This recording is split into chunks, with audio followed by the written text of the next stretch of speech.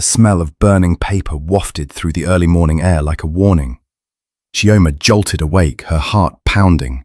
Something was wrong, very wrong. She ran barefoot down the narrow corridor of the family bungalow in Enugu, her wrapper barely clinging to her waist. The smoke hit her nostrils before she reached the backyard. And then she saw it. A fire, burning low but steady inside the rusted metal drum by the guava tree. And standing over it, like a shadow from a nightmare, was Mama Ebere, her mother-in-law. Her face was calm, too calm. In her hands she held the last of Chioma's document folders. "No! Mama, please!" Chioma screamed, dashing forward, eyes wide with horror. But it was too late. The final folder hit the flames, curling into blackened ruins. Chioma dropped to her knees, chest heaving, watching pieces of her life burnt into smoke. Her degree certificate, transcripts, her admission letter to Oxford, everything. Everything she had worked for since she was a child. "You should thank me," Mama Ebere said, her voice cold. "You want to abandon your husband for some Oyimbo dream. Shame will not let me be in this village. Now you'll stay put, as a wife should." Chioma stared at her, trembling. "Do you know what you've done?" "I've saved my son," Mama spat, "and saved you from disgrace." Chioma couldn't speak, she couldn't even cry. Her mouth moved, but no sound came out. Behind her, the neighborhood began to stir. A rooster crowed in the distance. Somewhere, a baby cried. But in Chioma's ears, all she could hear was the crackle of fire and the shattering of her future. Mama Ebere turned and walked away, leaving ashes in her wake. But as the flames flickered and danced, something odd caught Chioma's eye. A glint, buried under the ash and burned folders. Something didn't look completely destroyed. She crawled forward, coughing, and reached into the warmth with a cloth. Her fingers closed around something smooth, something unburned. She pulled it out and her breath caught. A small, fireproof folder, slightly scorched at the edges but intact. And inside, a second copy of her documents. And, tucked between the sheets, was a crisp, cream-colored envelope with the university seal embossed in gold. She opened it with trembling hands. A handwritten recommendation letter from Professor Daniels, the head of her department, the one man whose words could open doors that even degrees couldn't. Chioma sat back, stunned. Her mother-in-law thought she had ended her journey, but all she had done was start a fire she could never control. Chioma stood up slowly, dusted the ash from her hands, and stared at the rising sun. This wasn't the end. It was only the beginning. And Mama Ebere had no idea what was coming. The air in the house was thick. Chioma didn't speak to anyone that day. Not even Chike, her husband. She sat at the edge of their bed, the fireproof folder on her lap, the smell of burnt paper still clinging to her wrapper. When Chike returned from the mechanic workshop later that evening, he entered the room, sweaty and distracted, but cheerful. "Babe, I hear say Oxford people they send you letter today. Mama say you don't already pack your bag." Chioma looked up slowly. "You didn't hear," she said, voice quiet. "Hear wetin?" She stood and walked to the dresser, pulled open the top drawer, and held up the folder. "Your mother burned everything." Chike blinked. "What?" "She set my certificates on fire this morning. Everything was gone, except this." She opened the folder and showed him the backup copies. He stared at it, dumbfounded. "Wait, Mama, burned? Why? Why would she?" "I don't know. Maybe ask her. Maybe because she thinks a woman's success is a threat. Or maybe because your manhood can't survive if I fly abroad for a year." "Chioma, save it." Her voice cut sharp. "Don't defend her." Chike sighed, rubbing his head. "Look, I didn't know. I swear, I would never let her do that." She stepped closer. "But you already did. The moment she started treating me like her maid, and you said nothing. When she insulted my mother, and you looked away.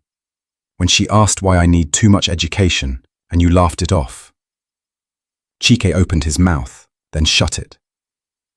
The silence between them was louder than any fight. That night, Chioma didn't sleep. She sat in the corner of the room with the envelope in her lap, going over every word of the professor's letter. Chioma is one of the brightest minds I have encountered in 2 decades of academic mentorship.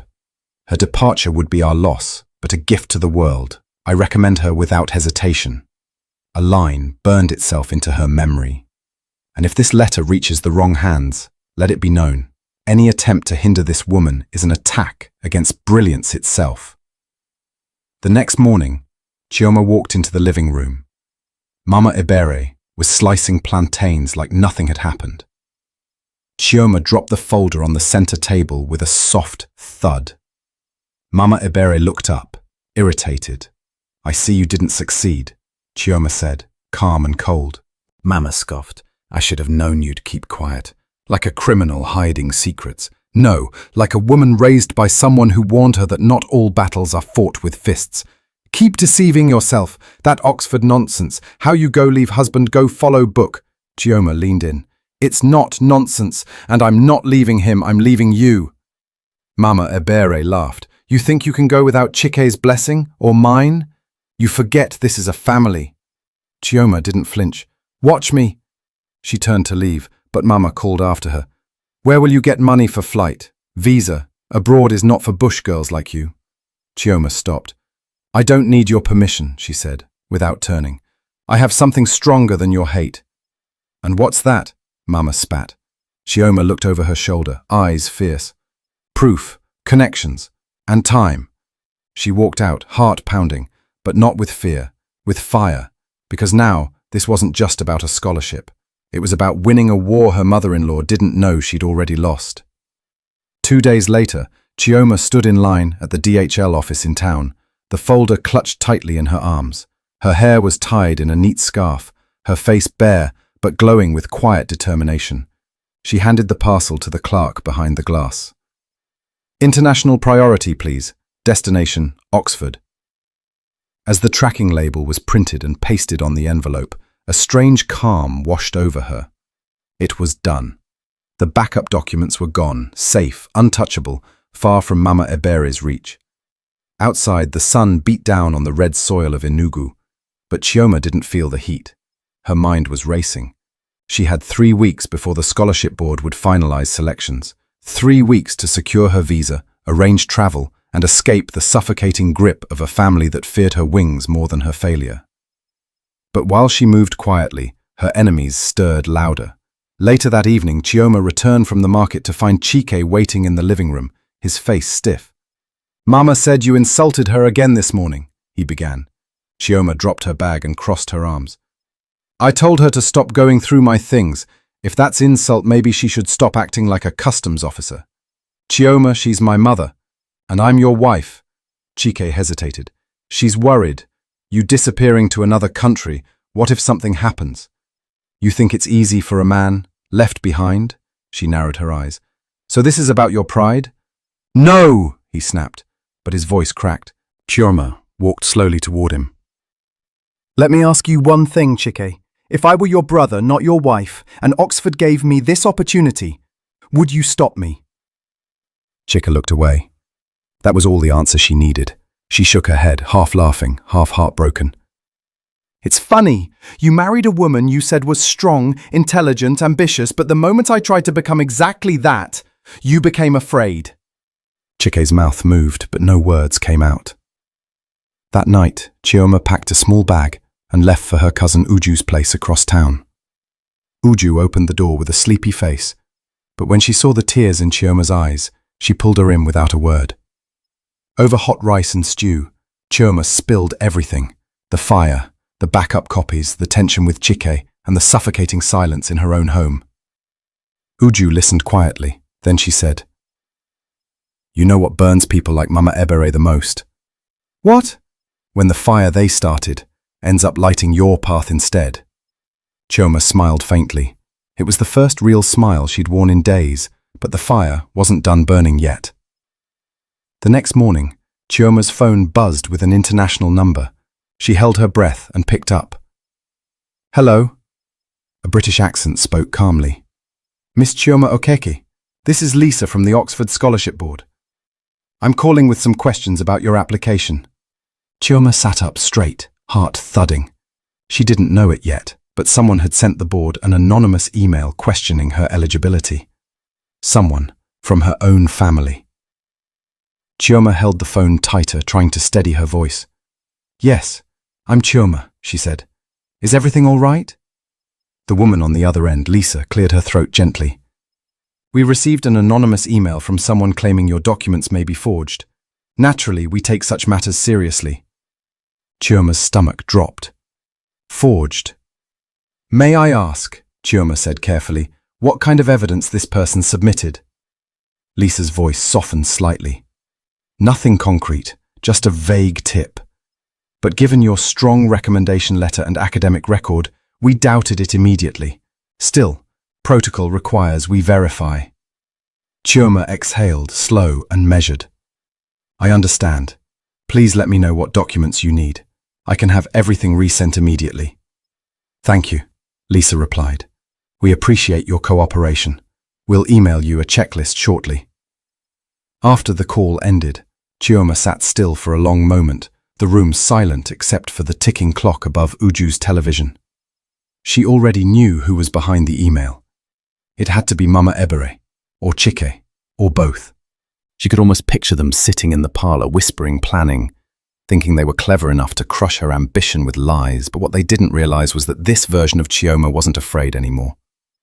Later that evening, at Uju's urging, she decided to respond with her own fire.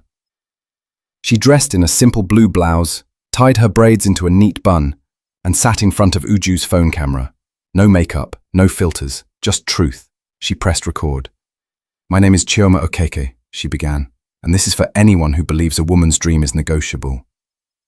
She told her story in calm, precise words, the fire, the destroyed documents, the backup folder, the letter from her professor. She didn't name names, but her tone made it clear this wasn't fiction. "This is not just about a scholarship," she said, her eyes steady. "It's about dignity, about a system that thinks women should shrink to make others comfortable. But I won't shrink, not anymore." She paused, letting the silence speak. "And if you think my light can be dimmed with lies, know this, I've survived worse. I was raised by a widow who taught me to fight with my mind, and I am not stopping now." She ended the video and uploaded it with the caption, "Let the truth speak for itself." Within hours, the video had spread like wildfire on WhatsApp, Facebook, and even Twitter. Women commented from all over, "I feel seen. My mother-in-law did the same. Thank you for speaking." Even some local news blogs picked it up. "Nigerian scholar claims family tried to sabotage Oxford admission." And that night, as Mama Ebere scrolled through her Facebook timeline, her mouth dropped. There, in bold letters, was her daughter-in-law's face, and the headline, "She burnt my certificate, but didn't know what I hid in the fireproof bag." She clicked, watched, and dropped the phone. Chioma's voice played again and again, but this time, it was louder than her silence had ever been. By morning, the Okeke compound was buzzing with whispers. The video had traveled faster than gossip. Neighbors who once greeted Mama Ebere with respect now watched her with side eyes and silence. Children peeped through gates. Auntie Ngozi from the next street had already called her, pretending to be concerned. Ebere, is it true? They're saying you burned the girl's Oxford letter. How can someone's mother do that?" Mama Ebere slammed the phone. Inside her bedroom, Chike paced. "You should have told me you sent that email," he snapped. "I did what had to be done," Mama said, arms folded. "She's my wife. You've made us a national disgrace," Mama hissed. "She shamed this family first, going on the internet to wash dirty clothes like a market woman." "She told the truth," he shouted. Mama blinked, stunned by his outburst. Chiki sat heavily on the edge of the bed. "I didn't believe it before. I thought she was just being dramatic, but now, I don't even recognize her. She's not the Chioma I married. She's becoming someone you can't control," Mama said bitterly. "That's your real problem." Chiki looked away. But at that very moment, Chioma was seated inside the British Council office in Enugu. In her hands was a brown envelope, containing original documents shipped overnight from her department in Lagos. Uju had helped her contact Professor Daniels directly after the video went viral. The receptionist smiled politely. "You're here for your visa biometric." "Yes," Chioma said, her voice steady. As the digital scanner lit up green, she felt something shift in her chest, like a chain breaking. When she stepped outside, the sky was brighter, or maybe it was just her. 3 days later, the scholarship board released a public statement on their website. Following thorough review, Miss Chioma Okeke remains one of our top candidates. We look forward to welcoming her to Oxford University this fall. The statement was reshared across platforms, turning Chioma from a name in a video to a symbol of resilience. A local news crew requested an interview. She agreed, but only under one condition. The interview must be held at her secondary school in front of the senior girls. "This," she said on camera, "is for every girl who's told her dreams are too big, her mouth too loud, her future too bright." The applause that followed was thunderous. But while Chioma rose like a phoenix from the ashes, Mama Ebere's world began to shrink. Chiki, humiliated, stopped defending her. Her market customers treated her with awkward politeness. The churchwomen whispered behind her back. She couldn't even walk to the borehole without hearing the word fireproof under someone's breath. The final blow came one Sunday after service.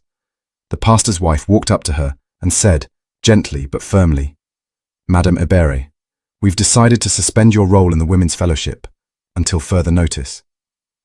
Mama Ebere froze. "You're joking." The woman's eyes were kind, but unyielding. "This church does not support destroying another woman's path." Mama Ebere stood rooted as the crowd moved past her. Everything she had burned to maintain her power had turned to ash, and Chioma had not even touched a match.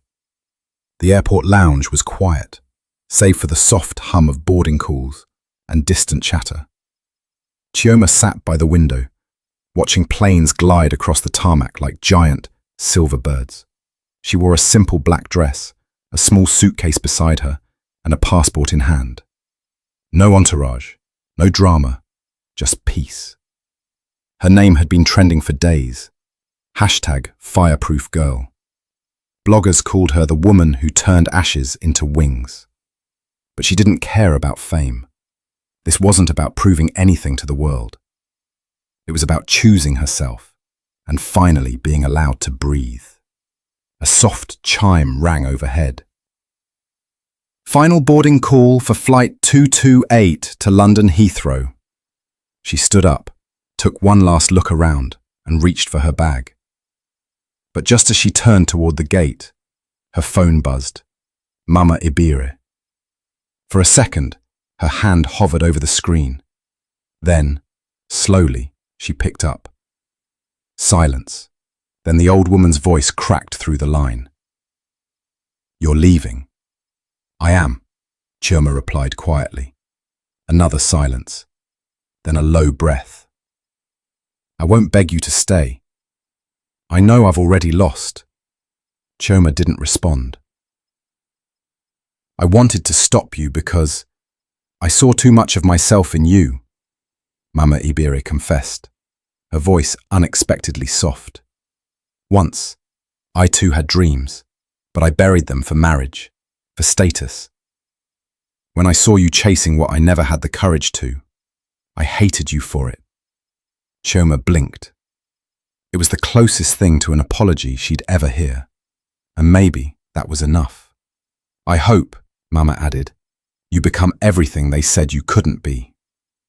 Chioma whispered, "I already am." She ended the call. Then she walked toward the boarding gate, step by step, her shoulders straighter than ever before. Weeks passed. Oxford was everything she'd imagined. Old stone buildings, crisp autumn air, minds that sparked like flint. Chioma didn't just attend lectures. She spoke on panels, shared her story with young African women, and began a blog that grew into a global platform for female scholars from underrepresented communities. Back in Nigeria, Mama Ibere stayed silent. Chiki moved out of her house eventually, though no one talked much about what happened. The shame never fully left, but neither did the lesson. At Christmas, A brown envelope arrived at Mama Iberi's doorstep. No return address. Inside was a framed photo of Chioma in front of the Radcliffe Camera Library, smiling, robes flowing in the wind. Tucked behind it was a handwritten note. Not all fires destroy. Some reveal what's truly indestructible. Chioma. Chioma. Mama stared at the photo for a long time, then placed it on the shelf beside her Bible. Months later, Chioma stood by the Thames, a cup of hot coffee in hand, her breath curling in the cold air. She wasn't the girl who cried in secret. She wasn't the woman who watched her dreams burn. She was something else now. Whole, unshaken, fireproof. She looked up at the sky and smiled. She didn't just survive the flames, she became them. If you enjoyed this story, please like and subscribe, and don't forget to turn on the notification bell. Thank you. We hope to see you in our next video.